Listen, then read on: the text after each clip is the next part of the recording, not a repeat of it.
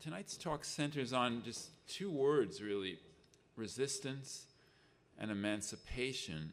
And the term resistance has become pretty popular in the last couple decades from a number of quarters. And of course, in recent years, it has different meaning than it used to have. And we used to talk of like the French resistance during like World War II or something like that. That was a broad, popular, very unified movement that tried to have like a very broad appeal, kind of almost a lowest common denominator type of appeal. If you were against the Nazis and you wanted to throw them out, I mean, you were part of you could be even conservative, you could be communist, you could be further to the left, you could be part of the resistance. But the way we use resistance today is associated more sometimes with anarchism, but in academia, and in philosophical intellectual circles, it's associated particularly with the writings of Michel Foucault. And I don't know how familiar, like probably a lot of people are familiar at least with the name of Foucault, others not. And when you have a talk with Foucault in the title, some of the people who come out are going to be people who love and esteem Foucault. And I should say this at the outset, this is going to be a somewhat critical view of Foucault, and then in the discussion period, we can discuss that. Okay, so here Foucault takes up power. A lot of his writings are about power, but he at one point says that power is not just something that exists, but it's a relationship. They're power relationships. This is actually an allusion probably to what Karl Marx had said a century earlier, which is that capital is not a thing but a social relationship. In other words, you have like money capital or fixed capital in machinery or something like that, but really it's the relationship among human beings and various social structures that keeps capital going as a process. Otherwise it just falls apart. Now, here's the key. Foucault does not write a great deal about resistance. Most of what he writes about is forms of power, the prison, the mental institution, the forms that sexuality takes in terms of the dominant institutions and practices of society with regard to sexuality. But this is the key place in the history of sexuality where for a couple pages he starts talking about how wherever there's power, there's resistance. And a lot of people really love this, love these phrases. And there is no single, I mean, I'm not going to read the thing out because you can read it yourself, but there's no single locus of resistance. There's no single great refusal. In other words, that there's lots of different kinds of resistance. That's what Foucault, a plurality of resistance is. They have this like neologism that your spell check would reject in the translation of Foucault, which is resistance is. But that captures what he's saying. Now, when he says the great refusal, people of a certain generation like me, and he wrote this in 1976, so that was a long time ago, a lot of people around at that time knew exactly who that was, although he didn't name the person. And that was Herbert Marcuse, the great radical philosopher of the 1960s, because that was one of the most prominent expressions of Herbert Marcuse. So he's rejecting that. Marcuse is part of what was later called the Frankfurt School, and I'll go into that in more detail later, but I just wanted to mention that. Now, the term resistance in recent years in radical movements and in academic radicalism has replaced earlier terms like emancipation or liberation. Even earlier than that, the Marxist term society free of exploitation. And what have been the results of that, and is there any cost associated with that, moving to this term resistance? Well, one problem with the term resistance is that not all forms of resistance are equivalent. In other words, we had resistance to the centralized state a couple weeks ago in the United States by the Tea Party and shutting down the government. And I'm as opposed to the state as any anarchist. The strand of Marxism that Eric and I come out of is a very libertarian, and Karl Marx himself was equally opposed to the state as to capital. So I have no problem with opposing the state, but what direction are we opposing the state from? Now, maybe, I don't think anybody on the left is really going to support the Tea Party, but we do have religious fundamentalists in the Middle East and South Asia and North Africa who resist Western imperialism. But is that equivalent to something like Chiapas? In other words, is Ayatollah Khomeini's movement certainly resisting America and global hegemony and so forth of the Western imperialist powers? Is that equivalent to, say, the Zapatistas in Mexico that I would argue have an emancipatory project that involves the liberation of women, among other kinds of things, rather than the restriction of women? Now, Michel Foucault, there was this episode with Michel Foucault that I can't go into here, but as Eric mentioned, I co-authored a book on this. Foucault went to Iran in 1978, and this is the same time as the Sandinista revolution, which he didn't write about.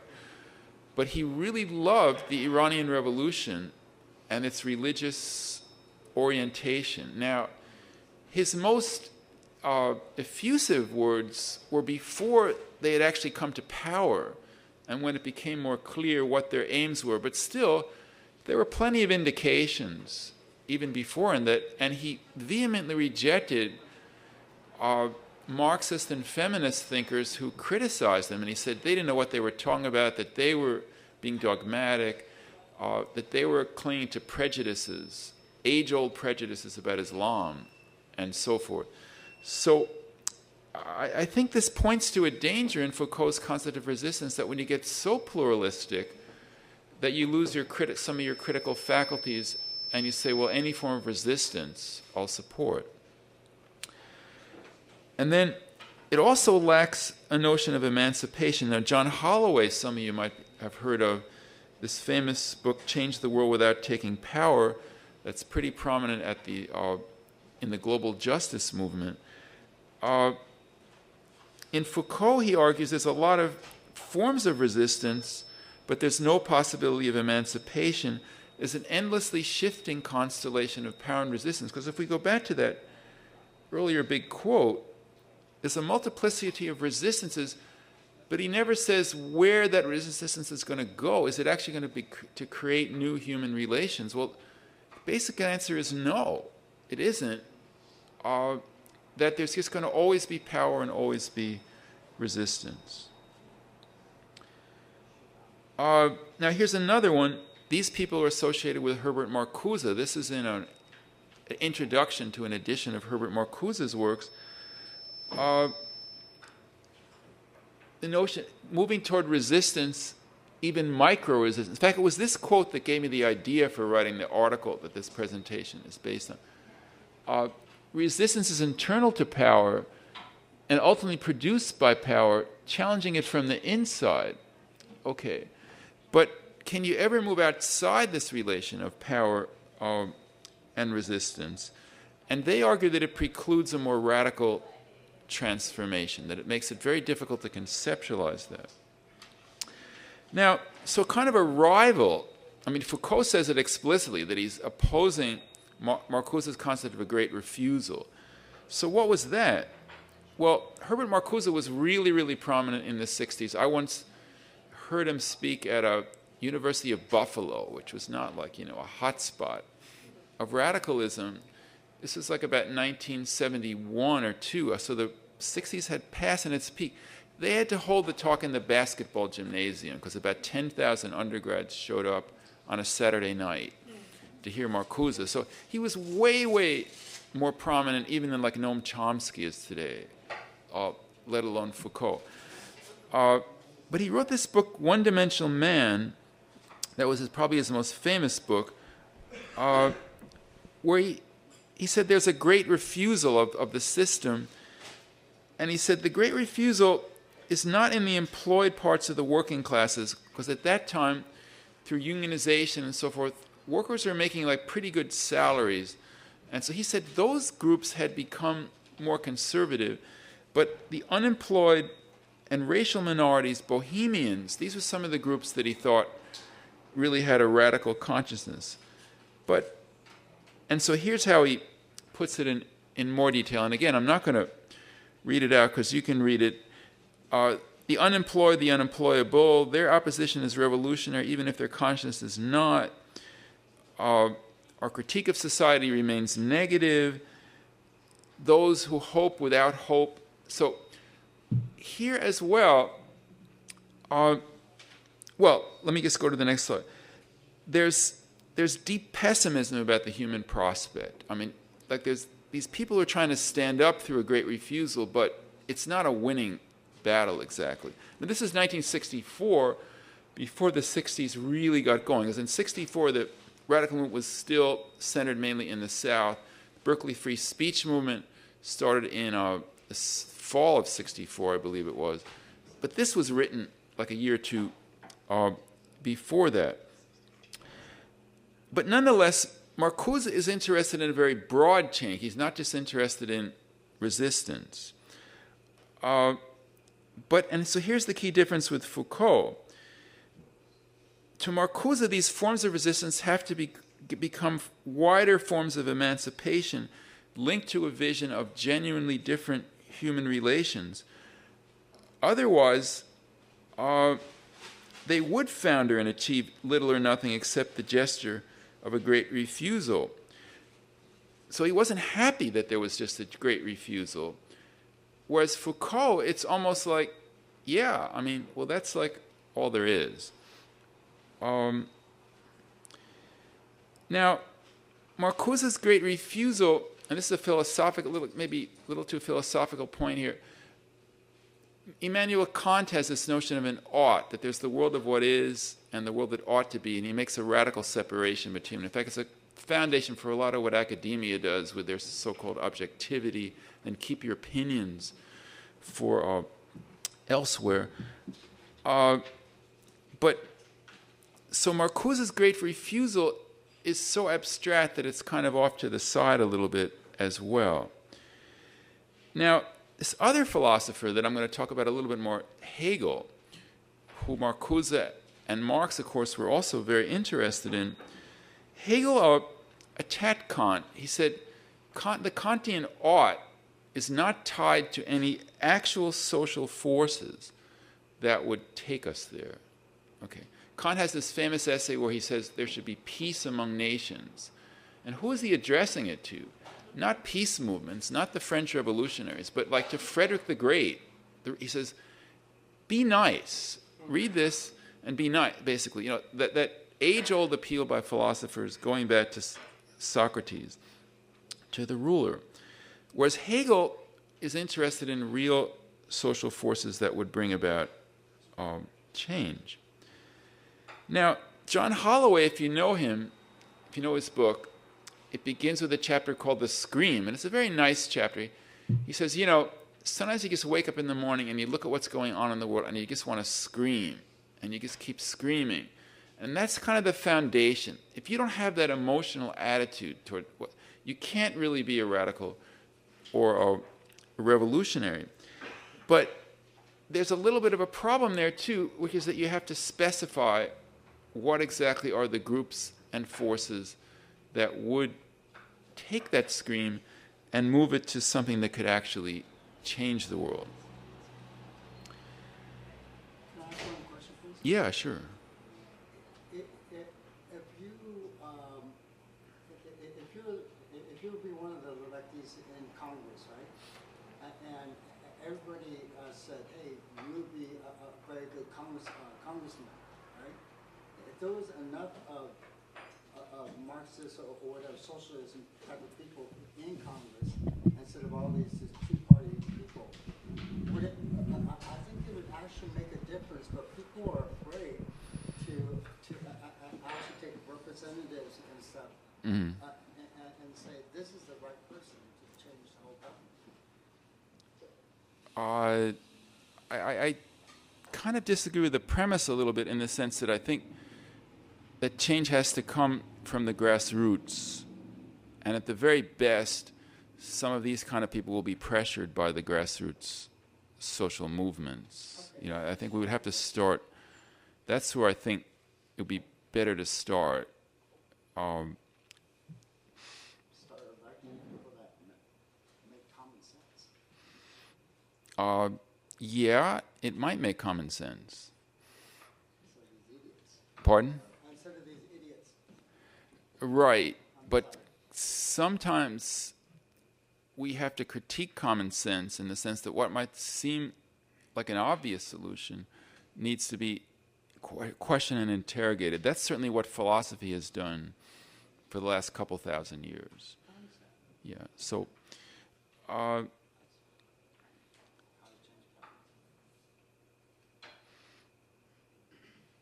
so here's how Holloway puts it. Look at the world from the perspective of the scream, the horrors of capitalism. He uses language like that, and I can't disagree at all. But missing here are concrete groups. For example, in this entire book, which is kind of dedicated to Chiapas, it doesn't mention ethnic minorities, immigrants, and those kinds of issues. It mentions like people and working people, like that. Okay, now, Marcuse's Great Refusal does share some things with the tradition of Marxism that I come out of, which is Dunayevskaya, Raya Dunayevskaya, and Marxist-Humanism. And here's one of the key, most quoted passages of Dunayevskaya, that without a vision of new revolutions, a new individual, a new universal, a new society, new human relations, without a philosophy of revolution, activism spends itself in mere anti-imperialism and anti-capitalism without ever revealing what it is for. And I think that was a real problem over many years for left-wing movements, and even today, we're anti-capitalists, we're anti-imperialists, so forth. I was at an anti-imperialist demonstration in LA, as Eric mentioned, about the Syria, projected war in Syria. And here we have like libertarian and anti-state people who support the Syrian resistance but don't want bombing of Syria. And there's like people with Assad's portrait marching there too, because everyone's against imperialism, everyone's against U.S. intervention. So we have to specify more positively what we are for. Okay, now, Dunayevskaya looked at it not so much in terms of like making models of a new society, but what are the social forces and groups that have the presence and the power to work that out? Now, rank and file labor, youth, women's liberation, as it was called in the 70s when she wrote about that, blacks and other racial minorities, third world liberation movements that would be if self-mobilized and able to coalesce, not just become the same thing, but coalesce, could be strong enough to give life to the aspiration for a new society. She didn't write about sexual minorities. That came a little bit, probably a little bit too late for her. She was asked to write about, she said a few things, but didn't deal that much with that. Now, Marcuse's Great Refusal doesn't talk very much about specific forces. Yeah, there are the Bohemians, the unemployed, but I think he would be the first to admit that when you add all those up, they don't really have the power to change society in terms of when you look at just how powerful the power structure is. So, and Marcuse was criticized for this, for having an indeterminate or very generalized type of negation of the system, rather than a more specific or determinate one. Oh no, did something here.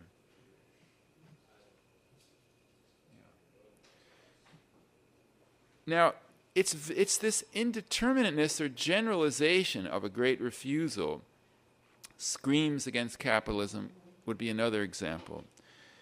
It opens itself up to the type of critique that those like Foucault leveled at him, that it was a lot of hot air mixed with noble sentiments. Foucault famously says, I'm not interested in generalized critiques. I want people who have like expertise about specific things. And he didn't just agitate for prisoner rights. He wrote a book about the prison and became like an expert on prisons. Now, what about Karl Marx? Now, Karl Marx, because we have on the one hand this, I think Foucault is like too specific. He falls for any specific form of resistance that he doesn't really care if they coalesce very much. Then Marcuse is like, okay, generalized emancipatory refusal, but not very specific about what the forces and groups are. What about Karl Marx? And what about his philosophical mentor, Hegel? Now, Marx certainly talked in terms of universals, like capitalism as the overarching system that kind of influenced or determined everything. But I think we can argue, at least I tried to argue, and others have argued, that Marx was not only global, but also local. He could be local and very specific. I want to look at race, ethnicity, and nationalism in Marx very briefly, because we all know of Marx as the critic of capitalism at a kind of a general level. But how many people know that Marx devoted hundreds of pages to Poland and the need for Poland to reestablish itself as a nation? It was had been divided up and occupied by three powers for 200 years. The U.S. during the Civil War, and Ireland, and which was again a colonized country. These writings suggest that Marx was not just about very general critiques of capitalism and so forth. I want to look at Ireland specifically just for a moment, because I think it speaks also to a lot of other struggles, including the relationship of immigrant populations in Europe or ethnic minorities, people of color in the United States. Now, Marx supported the Irish independence struggle of his time to get free of Britain, and he saw it as linked to the British workers, because he said as long as Britain was colonizing Ireland, it gave the British workers a sense of superiority. They looked down on the Irish, they felt some kind of slight loyalty to the regime as a result, and therefore they couldn't fully develop the class consciousness that Marx wanted them to, and he compared it to white racism in America. So here's the quote. This is a quote from it's a fairly famous quote to those who know Marx. The common English worker hates the Irish worker as a competitor. Okay, think of very similar to like views of immigrant labor, low-wage immigrant labor by white labor in this country. And then he says, views them similarly to the way the poor whites of the South at the same time are viewing the former slaves. This antagonism is nourished and kept up by the bourgeoisie. He doesn't say it's a conspiracy. It knows that this split is the true secret of the preservation of its power. Because Britain at that time was not a welfare state. It did not have a national health care plan. Workers were living in abject poverty, terrible, terrible conditions. And this is one of the ways that the system was able to perpetuate itself despite that. Not only that, though, it's not just that it's a negative thing that holds back class consciousness. It could become a source of radical emancipatory consciousness. At one point he writes that the Irish independence struggle could become the lever that would pry apart British and thus global capitalism as part of an international revolutionary struggle. The English have all the material conditions for social revolution. This is like the most developed capitalist country of the time, the China of its day. What they lack is a sense of generalization and revolutionary passion. If England is the bulwark of landlordism and European capitalism, the only point where official England can be struck a great blow is Ireland. Well, I mean, it's a much longer quote, but what he's saying here is that the Irish independence struggle could chip away at an important part of the power structure of England, which wasn't just manufacturers, capitalists with their factories, but also the landowning classes that were the social base of the aristocracy. They had a lot of land in Ireland. These British aristocrats owned these gigantic estates in Ireland as well. if they could be undermined there and their power could be undermined, that could open the road for a different relationship of power between revolutionary elements and the establishment in England.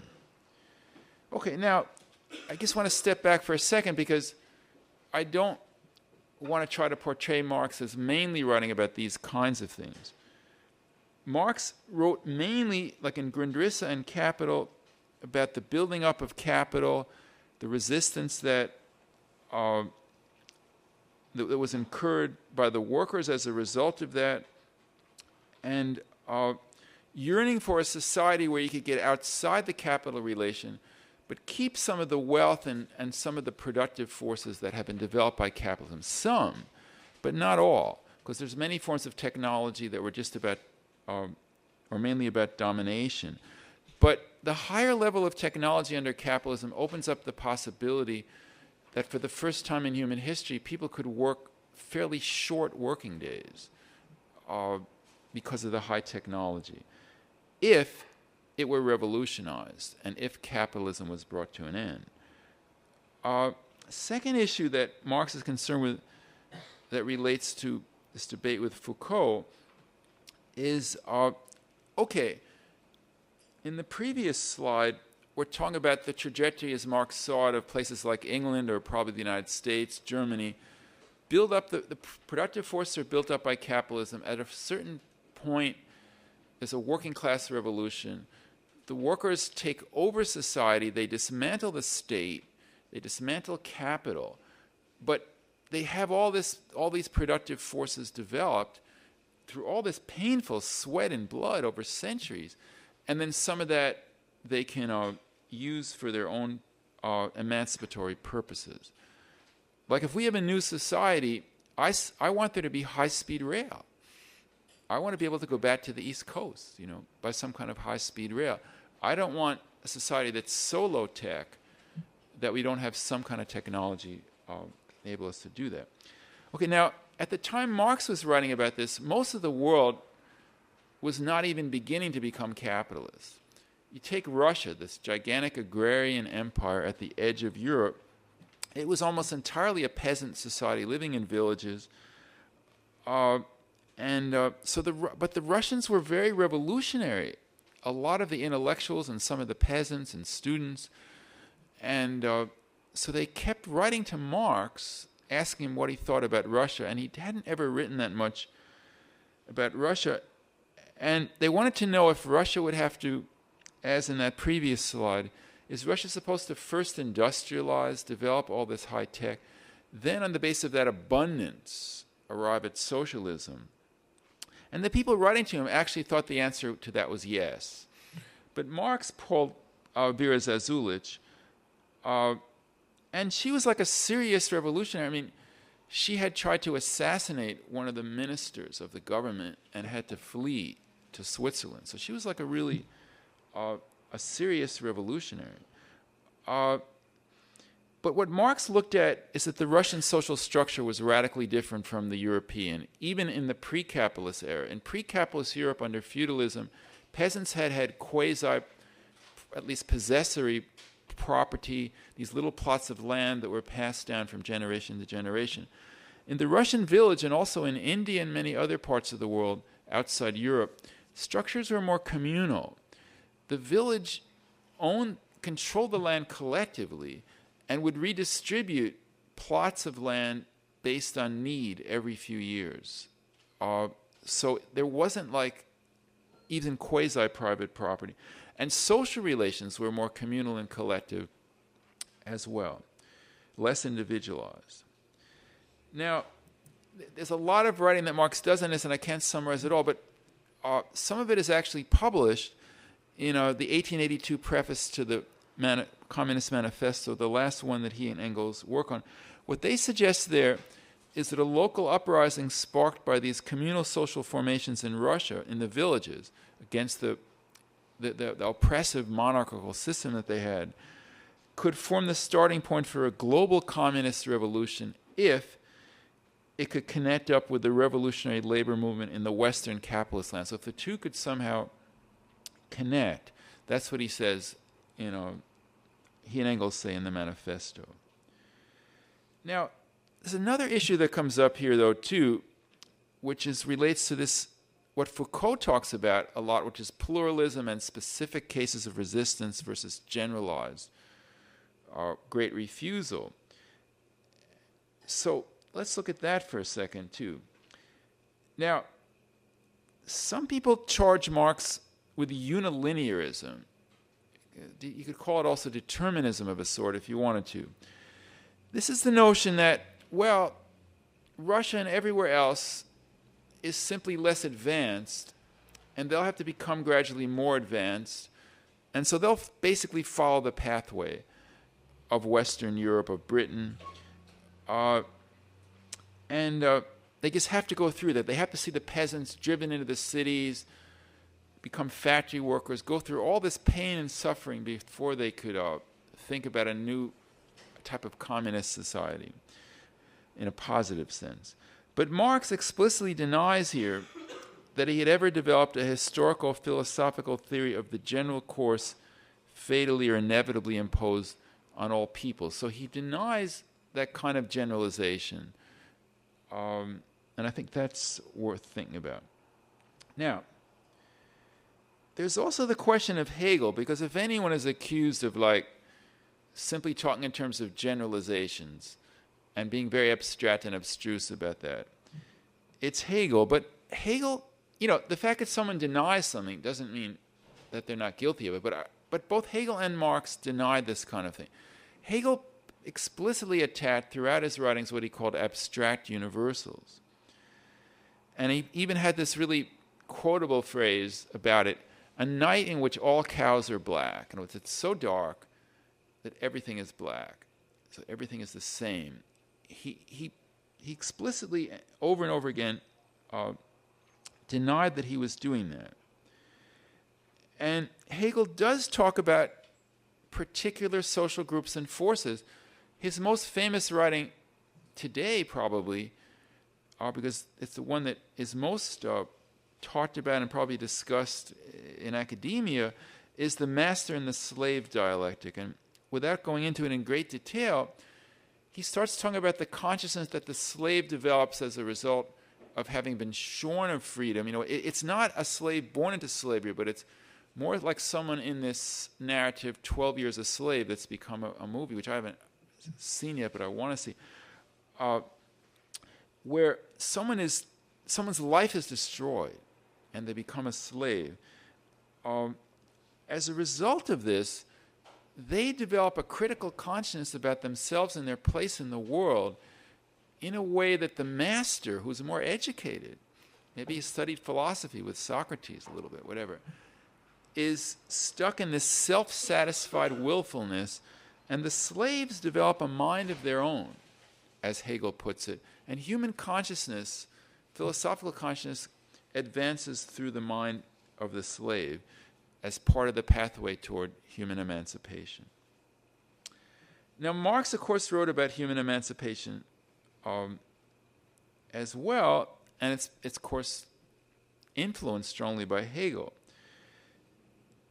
Now, just a couple examples. I think this one people have heard of.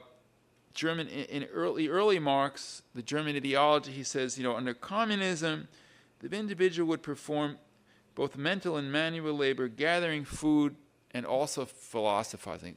Gathering food during the day, philosophizing in the evening. At the end of his life, Critique of the Gotha program, he says we have to overcome the antithesis between mental and manual labor. This is way older than capitalism. It goes back at least to the pyramids.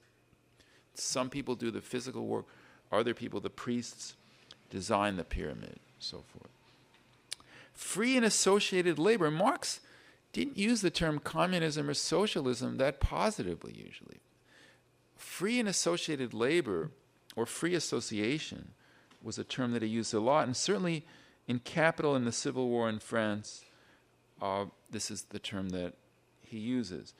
And then he also, over and over again, attacks political emancipation, that simply political change by itself is not human emancipation, that it's just changing the surface of society, not changing the underlying economic and social institutions. And of course, this is something that was really interesting about the Arab uprisings, because they talked about social justice. I mean, they didn't achieve it. I mean, we could talk about that afterwards, how it's turned out pretty negatively in a lot of ways in Egypt. But very different from, like, say, the Orange Revolution in Ukraine or some of these other kinds of things the last 10 years. They were only political. The Arab revolutions tried to be social and economic as well. Okay, so concluding points. The theories of resistance, as in people like Foucault, often fail to distinguish among different types of resistance to power, whether reactionary or emancipatory. And it's not like you have a little yardstick or slide rule where you say, okay, this has 6 out of these 10 things, so therefore it's emancipatory, and therefore, you know, they're gray areas and so on, of course. But still, it's something that we should attempt. Another problem is that the notion of resistance often implies kind of a circularity, where there's resistance, there's power, they go back and forth in this endless struggle, but that doesn't actually get anywhere. And I guess to Foucault, that's really all that is possible ultimately. Now, the Marcusian or John Holloway type of great refusal also has its problem, because it's so general that it doesn't talk enough about the very specific, concrete social forces in a society. If Foucault is too pluralistic in terms of all these specific forms of resistance, but not wanting to talk about the general, Marcuse is too general, not wanting to talk enough about the specific. And of course, it won't surprise you that as a Marxist and a Marxist-Humanist, I think that Karl Marx got it right, or at least a lot closer to where we need to be, because it's not just about nation, ethnicity, race, and we could add on to that gender, sexuality. There's an environment. There's so many different kinds of issues that are points of resistance to the system. But with Marx, it's always tied to an overarching critique of capital at the same time, and it's always tied to forces of emancipation. So not only like the Zapatistas, but like, I mean, even something like, because we talk about all the different things that happened since the Arab uprising, Occupy being the most important, but Gezi Park protests in Turkey last summer, Indignados in Spain, so forth. But in London, in the summer of 2011, on the heels of the Arab uprising, there were these so-called riots that were very, very interesting. They weren't overtly political, but the unemployed and economically disadvantaged youth of all colors and races went out into the streets and took what they needed. And I think it was a big shock. And of course, the immediate cause was police brutality and police killing of a civilian. So, especially in his later writings, Marx theorizes indigenous forms of opposition to capital and their need to connect to the working classes of more technologically developed sectors of the world, and vice versa, because they each benefit from this mutual contact. And the persistence of these issues can be seen whether in the BART strike, that's the BART strike in Bay Area last week, or the Bolivia an indigenous protest there. So, okay, thank you very much.